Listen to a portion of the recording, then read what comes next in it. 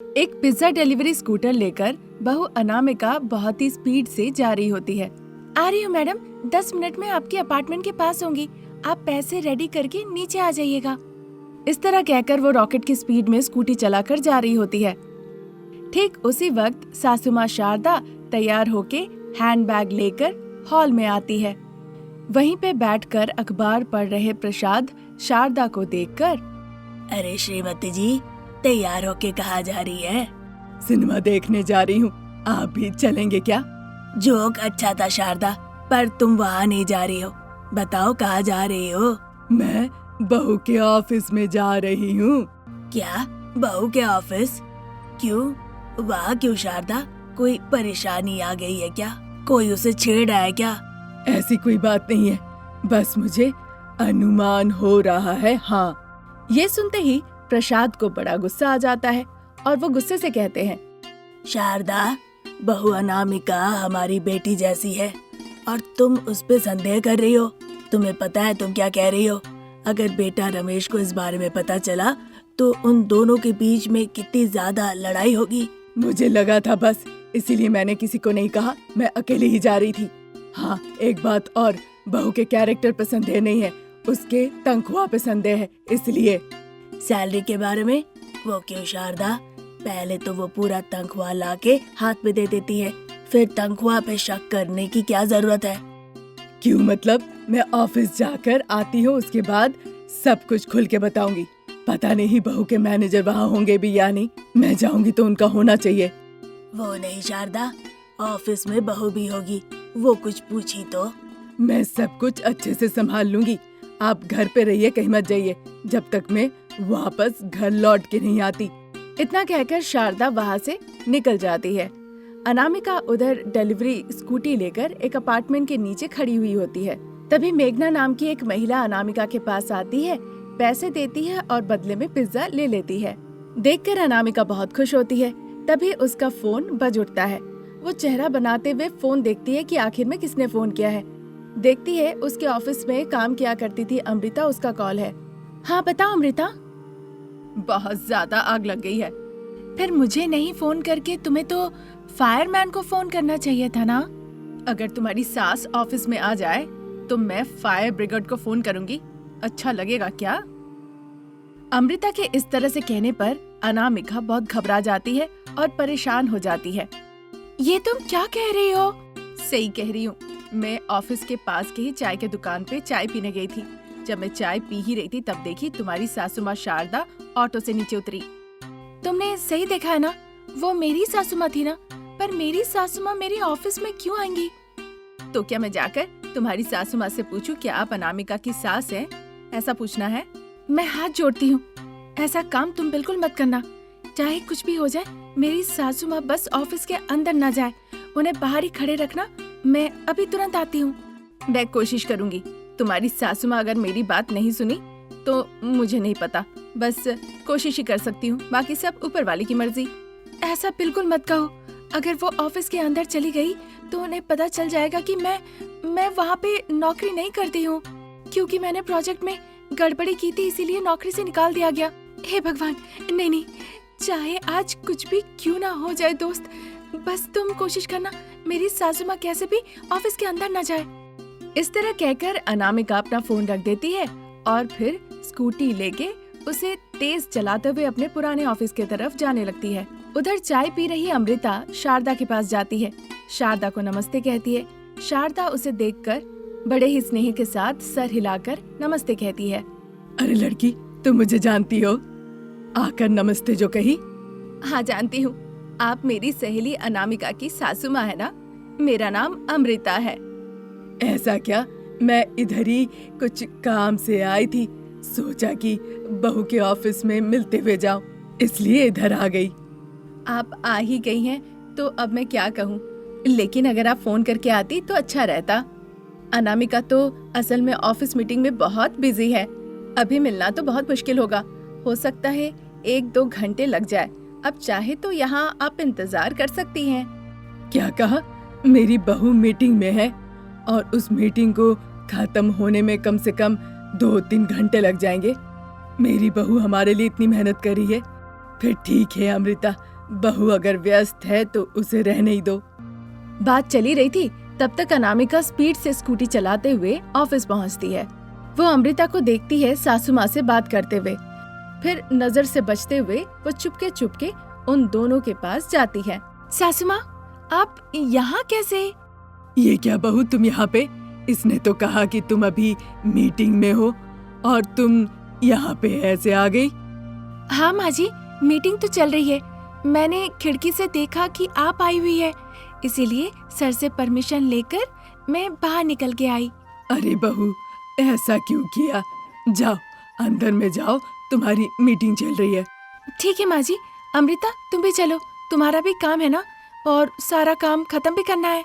हाँ अनामिका, काम कर ही रही थी, सर दर्द होने लगा तो सोचा चाय पी के आऊं। जब यहाँ पर आई तो देखा तुम्हारी सासू माँ आई हैं तो बात करने लगी।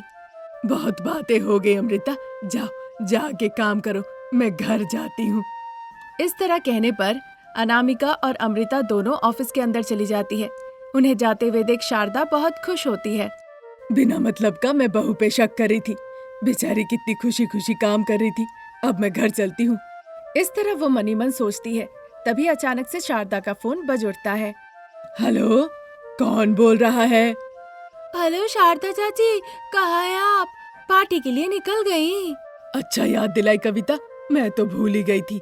सारी गांव की महिलाएं मिलके आज पार्टी करने का सोचा था ना। कहाँ हो रहा है, जरा एड्रेस बताना, मेरा यहाँ का काम खत्म हो गया है, मैं अभी आती हूँ। इस तरह पूछने पर फिर कविता एड्रेस बताती है। ठीक है कविता, आधे घंटे में मैं आती हूँ। इतना कहकर शारदा फोन रख देती है।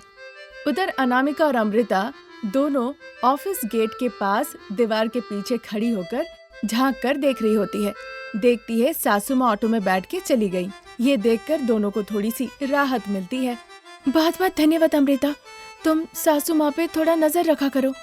फिर तो मुझे ऑफिस का काम धाम छोड़ के बाहर बैठ के बाहर पे ही नजर रखनी पड़ेगी। कभी कभी दोस्तों के लिए इतना त्याग करना पड़ता है। इतना कहकर अनामिका अपनी स्कूटी लेकर वहाँ से चली जाती है। उधर शारदा एक घर के सामने जाके ऑटो को रोकती है, फिर पैसे देकर घर के अंदर चली जाती है। शारदा, कविता, श्यामला और श्रीदेवी चारों महिलाएं घर के अंदर बैठकर अच्छे से बातचीत कर रही होती है। उसके थोड़ी ही देर बाद, अरे कविता, बहुत भूख लगी है, कुछ खाने के लिए ऑर्डर दे दो ना। चाची, यहाँ पे पिज्जा फेमस है, मैं पिज्जा ऑर्डर करती हूँ, आधे घंटे में ही वो आके दे जाएगा, तब तक कोल्ड ड्रिंक पीजिए। ये कहकर वो अंदर से सभी के लिए कोल्ड ड्रिंक ले आती है। सभी लोग कोल्ड ड्रिंक पीते हैं। उधर पिज्जा का ऑर्डर आते ही पिज्जा डिलीवरी करने के लिए अनामिका पिज्जा लेके निकल जाती है। अनामिका जब पिज्जा देने के लिए पहुंचती है, शारदा पिज्जा लेते हुए देखती है कि उसकी बहू खड़ी है। वो पिज्जा का डब्बा हाथ में लेकर बहू अनामिका की तरफ देखती रह जाती है और शारदा बहुत ज्यादा आश्चर्य होती है। माँ जी, आप यहाँ पे बात मत कीजिए, हम शाम को घर लौटने के बाद इस बारे में बात करेंगे। यहाँ पे मुझे बिल्कुल आप पहचानिएगा भी नहीं। अनामिका के इस तरह से कहने पर शारदा उससे वहाँ पे बात नहीं करती है। अनामिका जो पिज्जा लेकर आई थी वो शारदा उसके हाथ से ले लेती है। फिर पैसे देने पर अनामिका वहाँ से चली जाती है। फिर शारदा और उसके बाकी सहेलियाँ एक साथ बैठकर मजे से पिज्जा खाती है। फिर रात के जब करीबन 9 बज रहे थे, अनामिका अपना घर लौट आती है। घर पे सभी लोग जगे हुए थे। बहू, तुम सच बताओ, पिज्जा डिलीवरी के कपड़ों में तुम क्यों थी? बताती हूँ माँ जी, अभी तक मैंने इस बारे में किसी से कुछ नहीं कहा है, पर मुझे भी बुरा लग रहा है। मैं ये बात आप लोगों से अब छुपा नहीं सकती। ये सब बड़ी बड़ी बातें छोड़ के अब सच सच बताओ। इस तरह से शारदा के पूछने पर अनामिका सारी बातें एक एक करके खुल के बताती है। फिर आधे घंटे के बाद, क्योंकि मुझे घर की जिम्मेदारी उठानी थी और मैं चाहती थी वो ठीक ठाक हो, मैं नहीं चाहती थी आपके ऊपर, पिताजी के ऊपर या मेरे पति के ऊपर मैं बोझ बनूं, इसीलिए मैं पिज्जा डिलीवरी करने लगी। क्या पिज्जा डिलीवरी करना कोई पाप है पिताजी? नहीं बहू, पिज्जा डिलीवरी करना कोई पाप नहीं है। तुमने तो अपनी सासू माँ की बातों को ही रखा है। तुमने ये सब किया है बस अपनी जिम्मेदारी पूरी करने के लिए, ताकि इस काम से सबकी जरूरतें पूरी हो। हाँ पिताजी, हाँ माँ जी, चाहे मैं पिज्जा डिलीवरी के ऑफिस में क्यों ना काम करूं या फिर मेरे ऑफिस में ही काम क्यों ना करूं, मैं समय समय पर पैसे भेजते रही हूँ, कभी देर नहीं हुआ। अनामिका के इस तरह से कहने पर सासू माँ शारदा अनामिका के बातों पर सोच विचार करने लगती है। अनामिका को तनख्वाह मिलने के साथ साथ वो बिल्कुल सही समय पे सासू माँ को पैसे दे दिया करती थी। अनामिका की बातों पर शारदा को पूरा भरोसा होता है और फिर उसके बाद से अनामिका को पिज्जा डिलीवरी के काम के लिए सासू माँ शारदा कभी भी नहीं रोकती। तब से शारदा अनामिका के इस पिज्जा डिलीवरी के काम को अपने दिल से स्वीकार कर लेती है। उस दिन से अनामिका भी खुशी खुशी पिज्जा डिलीवरी किया करती थी और पूरे परिवार के साथ सुखी जीवन बिताने लगी। वो एक प्राइवेट कोरियर ट्रक था। प्रसाद बड़ी ही ध्यान से गाड़ी चला रहे थे। रमेश, जिन्हें डिलीवरी देना था, उनकी लिस्ट देख रहा था। बेटा रमेश, आज का डिलीवरी कहाँ से शुरू करेंगे हम? शिव मंदिर से पिताजी। मंदिर के नाम पे कोरियर आया है क्या? मंदिर के नाम पे नहीं पिताजी, मंदिर के पंडित जी है ना, परमेश्वर जी, उनके नाम पे एक बॉक्स आया है, वो देते हुए हम डिलीवरी उनके घर से ही शुरू करेंगे। ठीक है बेटा, जहाँ से तुम कहोगे चलने, मैं वहीं चला जाऊंगा, यही तो काम है। इतना कहकर वो ट्रक शिव मंदिर के तरफ घुमा लेते हैं। उधर सास बहू शारदा अनामिका बगीचे में बेंच के ऊपर बैठकर बातचीत कर रही होती है। शारदा की पहचान वाली सुजाता हाथ में एक टोकरी लेकर उसके यहाँ आती है। ये क्या अजूबा है, सास बहू बगीचे में बैठकर ऐसे मानो बात करी है जब तक ना खाना हजम हो जाए। क्या बात है सुजाता, जैसे ही तुमने हम दोनों को देखा तुम्हारे आंखें जल पड़ी। घर हमारा है, बेंच हमारा है, हमारी जुबान चल रही है, हम यहाँ पे बैठे हैं ताकि हमारा समय नहीं निकल रहा है। आप टोकरी लेकर कहीं जा रही थी ना, तो उधर ही चाहिए ना। मैं अकेले नहीं जा रही, तुम लोगों को भी टमाटर खेत में ले जाऊंगी। एक टोकरी टमाटर ले आओगी तो टमाटर का अचार बना सकती हो। हम नहीं जाएंगे टमाटर खेत, मेरी बहू ने बगीचे में ही टमाटर उगाए हैं। अचार के लिए हमारे पास काफी टमाटर है। तुम तो किस्मत वाली हो शारदा। मुझे अच्छे से पता है तुम ये सब बात क्यों कह रही हो सुजाता। जाओ जाओ टमाटर लेने जाओ। शारदा के कहने पे सुजाता बिना कुछ जवाब दिए हुए चुपचाप वहाँ से चली जाती है। फिर जब अंधेरा होने लगता है, प्रसाद ट्रक ले आकर कोरियर ऑफिस के सामने रोकते हैं। प्रसाद रमेश दोनों कोरियर ऑफिस के अंदर जाते हैं। मैनेजर मनोज एक बॉक्स को पैक करते हैं और उसे लेकर वो खड़े रहते हैं। Good evening sir. रमेश, मैं तुम्हें फोन करने ही वाला था। ये बात सुन के प्रसाद मन ही मन सोचने लगते हैं। अभी ये कहेगा कि अभी जाके डिलीवरी दे के आओ, और ये भी पास नहीं, बहुत दूर है शहर से। इसे डिलीवरी करने के लिए मेरे पास ताकत नहीं बची है। कुछ कहेंगे तो कह दूंगा कि मैं थका हुआ हूँ। सोच ही रहते कि तब तक हाँ मिस्टर रमेश, तुम जाके तुरंत इसे डिलीवरी करके आओ। ये एड्रेस कस्टमर ने 3 बार फोन कर दिया। मैंने कहा कि अभी आसपास कोई डिलीवरी एग्जीक्यूटिव नहीं है।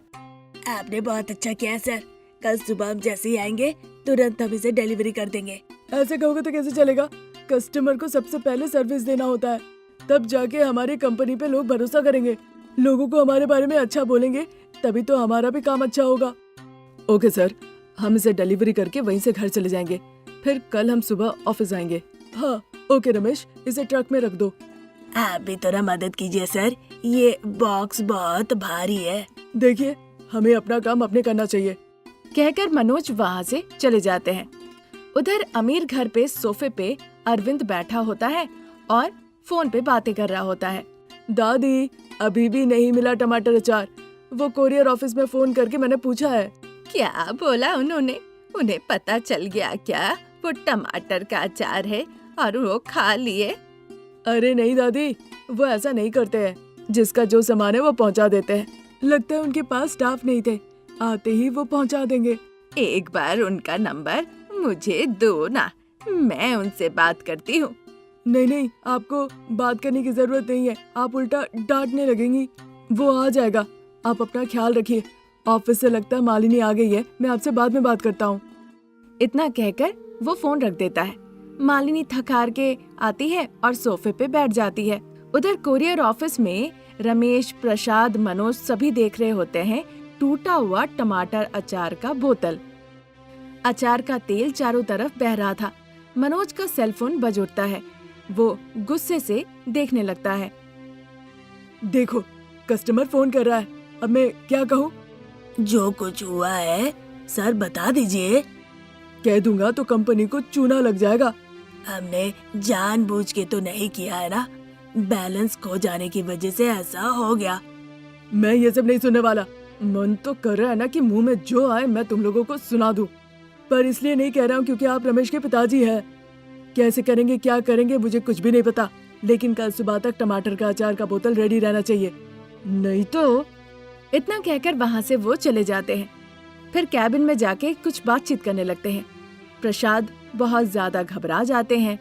बेटा रमेश, कल सुबह तक टमाटर अचार का बोतल हम कहाँ से लाएंगे? हाँ, परेशान मत होइए पिताजी, कई कंपनी है जो अचार बनाते हैं। घर जाने के बाद हम उनसे बात करेंगे। रमेश कह ही रहा था कि तब तक मनोज वहाँ पर आ जाते हैं। ये सब कुछ काम नहीं करने वाला। वो टमाटर अचार बनाकर गांव से उसकी दादी ने भेजा था। अब जब उसने इस तरह से कहा है, इसका मतलब ये है कि घर का कौन सा है और खरीदा हुआ कौन सा है वो समझ जाएगा। इतना भी बेवकूफ नहीं है, इसीलिए ध्यान रखना कि घर का बनाया हुआ अचार ही हो। इतना कहकर वहाँ से वो चला जाता है। तब तक पूरी तरह से अंधेरा हो चुका था। बाहर बत्ती जलने लगी थी। बच्चे हरीश और भव्या दरवाजे के पास खड़े होकर बस राह देख रहे थे। भैया, क्या पिताजी को याद है कि हमने क्या कहा था? अगर याद रहा तो वो ले आएंगे बहन, नहीं तो कल हमें क्लासरूम में मार खाना पड़ेगा। बच्चे बातें कर ही रहे थे कि प्रसाद और रमेश दुखी होकर घर लौट आते हैं और बगीचे में बेंच पे बैठ जाते हैं। ये बात बच्चे शारदा अनामिका को बताते हैं। बहू, जाओ जाके पीने का पानी ले आओ। ठीक है माँ जी, कहकर पानी का बोतल लेके बाहर निकल आती है। देखती है बाप बेटा दोनों दुखी होकर बैठे हुए हैं। उन्हें इस तरह से दुखी देखकर अनामिका परेशान हो जाती है। वो शारदा के पास लौट आती है, फिर शारदा को पूरी बात बताती है। ये सुनते ही शारदा जल्दी जल्दी से उनके पास जाती है। क्या हो गया बेटा, तुम लोग ऐसे दुखी क्यों हो? शारदा के पूछने पर रमेश ऑफिस में जो कुछ हुआ वो सब कुछ खुल के बताता है। सुन के शारदा को भी बुरा लगता है। अरे ऐसा हो गया क्या? पर तुम लोगों ने तो जानबूझ के नहीं किया ना। हमने भी वही कहा, पर मनोज सर ने कुछ नहीं सुना। उन्होंने कह दिया कि घर का बना हुआ टमाटर अचार ही चाहिए। इस मामले को लेकर वो बहुत गंभीर भी है। और अगर हम नहीं दे पाएंगे तो क्या होगा पिताजी? और क्या होगा, कस्टमर हमारे खिलाफ कोर्ट में केस भी कर सकता है। ये सुनकर तो सास बहू बहुत डर जाती है। फिर अचानक से रमेश को याद आती है। माँ, आपने कहा था ना कि आप घर के लिए टमाटर अचार बनाइए, वो है क्या? हाँ, मैंने बनाया तो था बेटा। शारदा की बातें सुन के प्रसाद और रमेश थोड़ी राहत की सांसें लेते हैं। पिताजी, सास बहू का बनाया हुआ घर का अचार ही शायद आज हमें बचा सकता है और इस समस्या का समाधान बन सकता है। इस तरह कहने पे सास बहू बिना कुछ कहे अंदर चली जाती है। अगले दिन टमाटर के अचार का बोतल लेकर प्रसाद और रमेश सीधा ऑफिस पहुंचते हैं। मनोज ये देखकर बहुत खुश होते हैं। प्रसाद और रमेश ट्रक में उस सामान को लेकर डिलीवरी के लिए अरविंद के घर पे चले जाते हैं। इसी तरह दिन निकल रहे थे। दादी माँ का बनाया हुआ टमाटर अचार बहुत ही स्वादिष्ट था। अरविंद और मालिनी लगातार उस अचार को खाए और अपने जान पहचान वालों को बांटे भी, जिस वजह से टमाटर अचार खत्म हो जाता है। हेलो दादी, आपका टमाटर अचार अब खत्म हो गया, बड़ा ही अच्छा था। अगर हो सके तो थोड़ा और बना के भेज दीजिए ना। इस तरह कहने पे दादी फिर से टमाटर अचार भेज देती है। रमेश और प्रसाद जाके फिर डिलीवरी करके आते हैं, पर इस बार रमेश और प्रसाद बहुत ख्याल रखते हैं और अचार सही सलामत घर पे पहुंचा आते हैं। लेकिन दादी का भेजा हुआ अचार इस बार उन्हें पसंद नहीं आता। ये बात अरविंद अपनी दादी को फोन करके बताता है। पहले तो यही पसंद आया, अब क्यों नहीं आ रहा है? दादी, तो क्या पिछली बार आपने दूसरा टमाटर अचार भेजा था? यही था। अब दोनों के बीच टमाटर अचार को लेकर लड़ाई हो जाती है। इसका मतलब है कि इस बीच में कुछ ना कुछ तो हुआ है। इस तरह सोचने के बाद अरविंद कोरियर ऑफिस में फोन लगाता है। जाके मनोज से मिलता है। मनोज रमेश और प्रसाद से उसकी परिचय करा देते हैं। रमेश, सास बहू के टमाटर के अचार बड़े ही स्वादिष्ट है। जिसे भी मैंने चखाया है सभी लोग मुझसे टमाटर अचार मांग रहे हैं। सास बहू को जाके कहिए टमाटर अचार का व्यापार करने के लिए, बहुत ही स्वादिष्ट है और मेरा पूरा सहयोग भी है आप लोगों के साथ। इतना कहकर अरविंद वहाँ से चला जाता है। उस रात रमेश और प्रसाद शाम में घर लौट आते हैं। फिर जो कुछ हुआ था टमाटर अचार को लेके सास बहू को पूरी बात वो बताते हैं। उनकी बातें सुन के सास बहू भी बहुत खुश होती हैं। अगर ऐसी बात है तो हमें टमाटर अचार बेचना चाहिए, क्या कहती हो बहू? आपकी बातों को आज तक कभी ना कहा है माँ जी। उस दिन से सास बहू दोनों मिलके टमाटर अचार बनाकर बाजार में बेचना शुरू करती है। घर पे उनके द्वारा बनाए गए टमाटर अचार का स्वाद बड़ा ही अद्भुत होता है, सभी को बड़ा पसंद आता है और इस तरह टमाटर अचार की वजह से सास बहू का नाम भी फेमस हो जाता है।